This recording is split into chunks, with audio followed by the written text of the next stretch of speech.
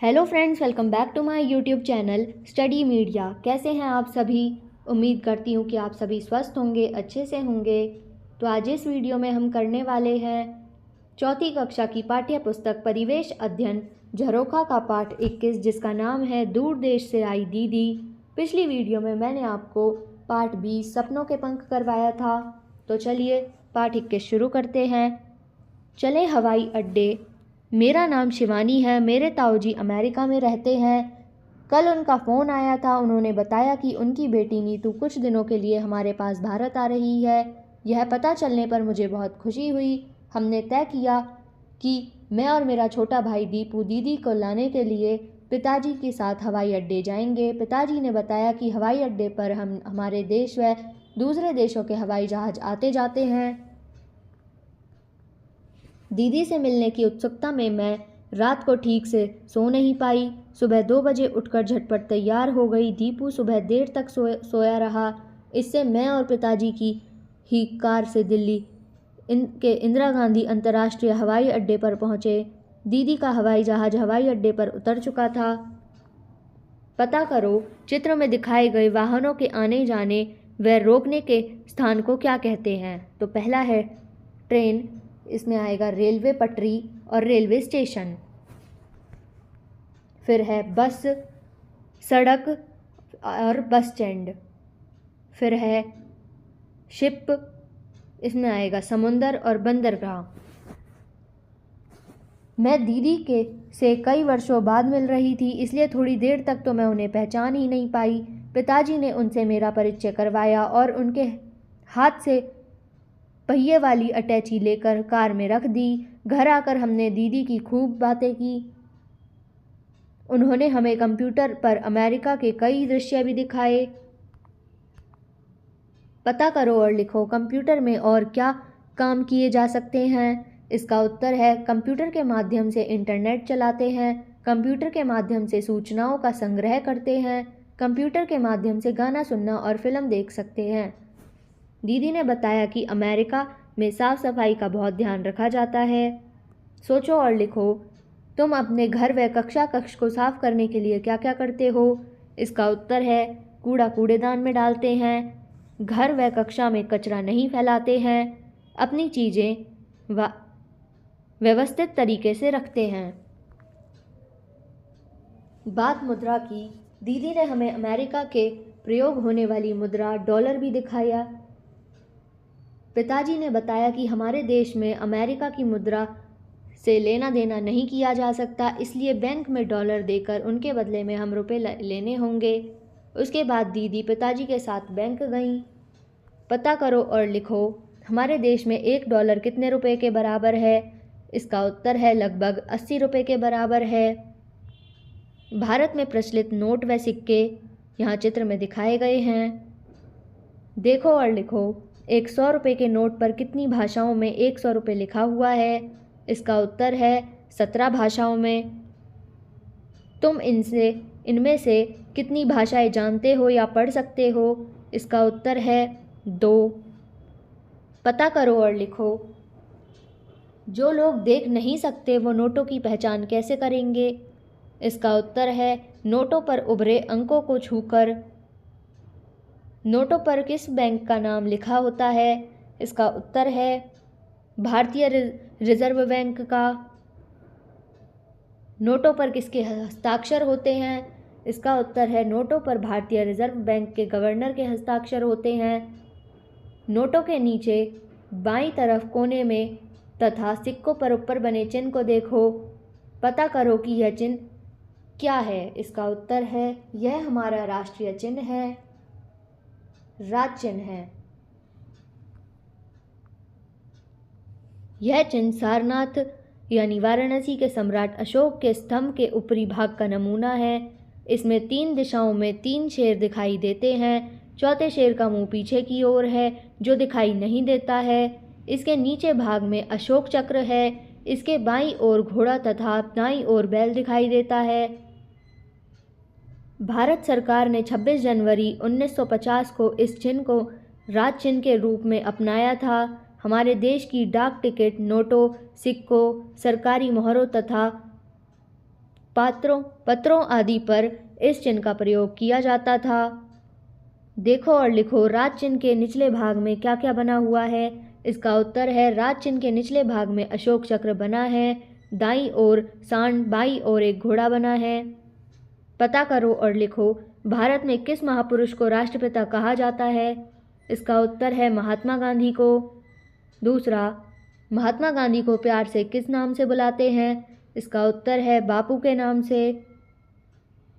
चलो गांव चलें।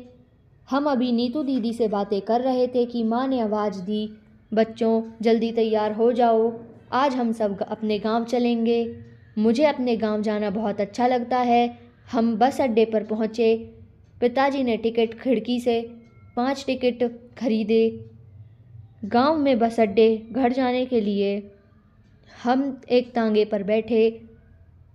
दीदी की तांगे की टुक टुक की आवाज़ बहुत अच्छी लगी। दीदी तांगे में पहली बार बैठी थी, इसलिए शुरू में थोड़ा घबरा रही थी, किंतु बाद में उन्हें अच्छा लगा। मुझे घोड़े पर बहुत दया आ रही थी, वह बेचारा इतने सारे लोगों का बोझा खींच रहा है। सोचो और लिखो, क्या तुम कभी पशु द्वारा खींची जाने वाली किसी गाड़ी में बैठे हो? यदि हाँ, तो तुम्हें कैसा लगा था? इसका उत्तर है हाँ, मैं अपनी नानी के गांव में बैलगाड़ी में बैठी थी, मुझे उसमें बैठना अच्छा लगा। क्या तुमने कभी किसी पशु को तकलीफ़ में देखा है? इसका उत्तर है एक बार गली का कुत्ता जख्मी हालत में था, मैंने उसकी पट्टी की थी। ऐसी हालत में तुमने उसकी किस प्रकार मदद की? इसका उत्तर है उसके पैर में चोट लगी थी, उसके पैर में पट्टी बांधी थी। यदि एक टिकट की कीमत 18 रुपये हो तो पिताजी ने 5 टिकट के लिए कितने रुपए दिए होंगे? इसका उत्तर है 90 रुपये। आओ ये भी करें। यहाँ पे चित्र दिए हुए हैं। तो प्रश्न 1 है, चित्र देखो और लिखो। कौन चले ज़मीन पर? इसमें आएगा बैलगाड़ी, बस। कौन उड़े हवा में? इसमें आएगा हवाई जहाज और हेलीकॉप्टर। कौन तैरे पानी में? इसमें आएगा नाव, समुद्री जहाज।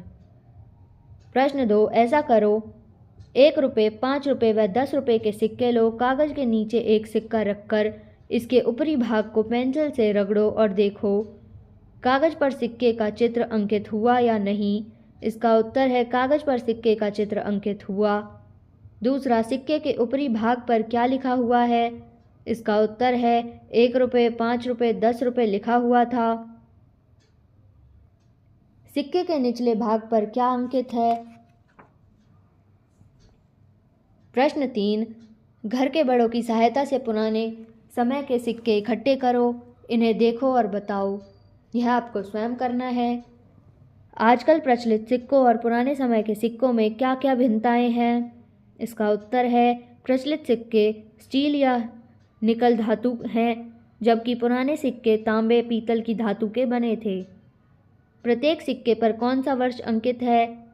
इसका उत्तर है उसके जारी होने वर्ष अंकित है। प्रश्न 4, अपनी जान पहचान के कुछ लोगों के नाम तथा उनके फ़ोन नंबर लिखो। तो यहाँ पे आप जिन लोगों को जानते हैं उनका नाम और नंबर लिख सकते हैं, जैसे ताऊ जी, चाचा जी, स्कूल बस के कंडक्टर, डॉक्टर अंकल का, ट्यूशन वाली मैम का। प्रश्न 5, आओ अब रोल प्ले करते हैं। कल्पना करो आपकी कक्षा में एक बस है। कक्षा में सबसे आगे बैठा हुआ बच्चा ड्राइवर के रूप में कक्षा बस चलाएगा। एक बच्चा कंडक्टर के रूप में सभी बच्चों से रुपए पैसे लेने का अभिनय करते हुए टिकट दे। एक अन्य बच्चा टिकट चेकर के रूप में टिकट की जांच करे।